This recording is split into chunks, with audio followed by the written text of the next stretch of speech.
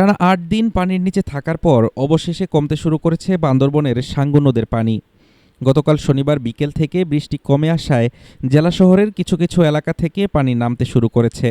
ঘরবাড়ি থেকে পানি নামার সাথে সাথেই কাদা ও পলি পরিষ্কারের যুদ্ধে নেমেছেন পানিবন্দী মানুষেরা। তবে স্বস্তি এখনও পুরোপুরি ফেরেনি। শহরের আর্মিপাড়া, ইসলামপুর, কেচিংঘাটা সহ বেশ কিছু নিচু এলাকায় এখনও চলছে নৌকা। পানি কমলেও জেলা জুড়ে ক্ষতচিহ্ন এখন স্পষ্ট। বান্দরবন রাঙামাটি সড়কের শিলক খালের উপর ব্রিজঘাটা বেইলি সেতুটি বন্যায় প্রায় সম্পূর্ণ ভেসে গেছে। ফলে রাঙামাটির সাথে সড়ক যোগাযোগ সচল হতে অন্তত ২ সপ্তাহ লেগে যেতে পারে। এছাড়া বান্দরবন চট্টগ্রাম সড়কসহ অভ্যন্তরীণ ৩ উপজেলা রুমা, রোয়াংছড়ি ও আলীকদমের সংযোগ সড়কগুলো এখনও পানির নিচে। কার্যত দেশ থেকে বিচ্ছিন্ন হয়ে পড়েছে পাহাড়ি এই জেলা। যোগাযোগের পাশাপাশি এবারের বন্যায় সবচেয়ে বড় আঘাত এসেছে কৃষি খাতে। ঢলের পানিতে ভেসে গেছে কৃষকের স্বপ্ন।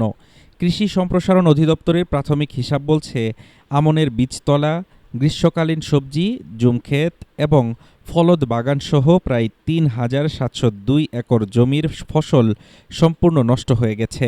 মাঠ পর্যায়ে পানি পুরোপুরি নেমে গেলে ক্ষয়ক্ষতির এই চিত্র আরও ভয়াবহ রূপ নিতে পারে বলে আশঙ্কা করা হচ্ছে।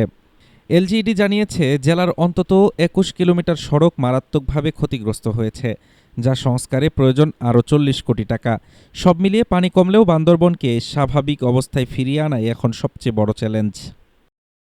হাফিজুর রহমান তুষার, ঢাকা টুডে।